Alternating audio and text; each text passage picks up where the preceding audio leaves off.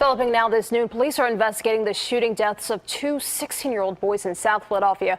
Out News reporter Greg Argos is live at that scene now. Greg, good afternoon. Good afternoon there, Rahel. This is a very tight-knit community, as you can imagine. Last night, though, this community, the scene of that double murder. In fact, right here behind me, you can see some of the circles from where the bullet casings were, and then over there, many folks have gathered. Police still here on scene as this community and this family is mourning. Suspects are still being sought by police. We had a confrontation that happened between two groups of school-age kids, probably a petty dispute.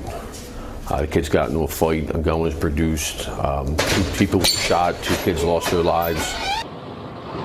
Now, as you heard from Captain Jack Ryan, the shooter and an accomplice are likely teens themselves. The victims, I should say, 16-year-old Sal Danubali, who lived on this block, and 16-year-old Kalir Miller. Investigators say some type of argument broke out around 8:30 last night between the victims and the suspects when one of the suspects pulled out a handgun and shot both Sal and Kalir once each in the chest. They both were pronounced dead at Jefferson University Hospital shortly after 9 last night. And this afternoon, those that knew Sal say he was a loving kid, a junior at St. Joe's Prep, and a great hockey player. One friend says he heard the shots last night and immediately went out to see what happened. I heard the shots from my house, and I ran out and seen somebody laying on the pavement. It was my best friend. And I just tried to do what I could. That was really it. Waited till cops came. It was sad. It was really bad.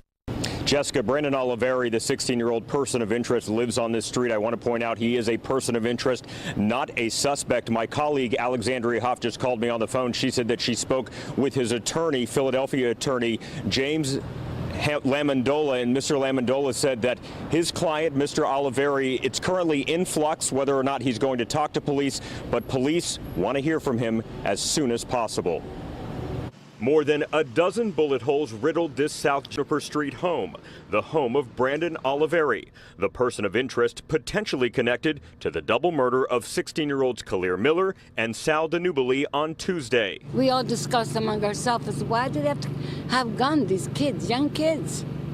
Where did they get it? The 2 men were shot to death at 12th and Rittner, and the case is heating up. Late Thursday night, a Philadelphia police officer tweeted Oliveri's photograph, name, and address. Just a few hours later, his home was full of bullets. No one was injured. Most of these murders are preventable. They don't have to happen. It's a result of impulsive behavior. And this one is no different. Just before noon, frantic parents rushed to Roman Catholic High School in Center City to take their kids out of school early. I was really concerned. I flew down here through traffic. A police source tells Eyewitness News an online threat surfaced involving Oliveri, who used to go to the school.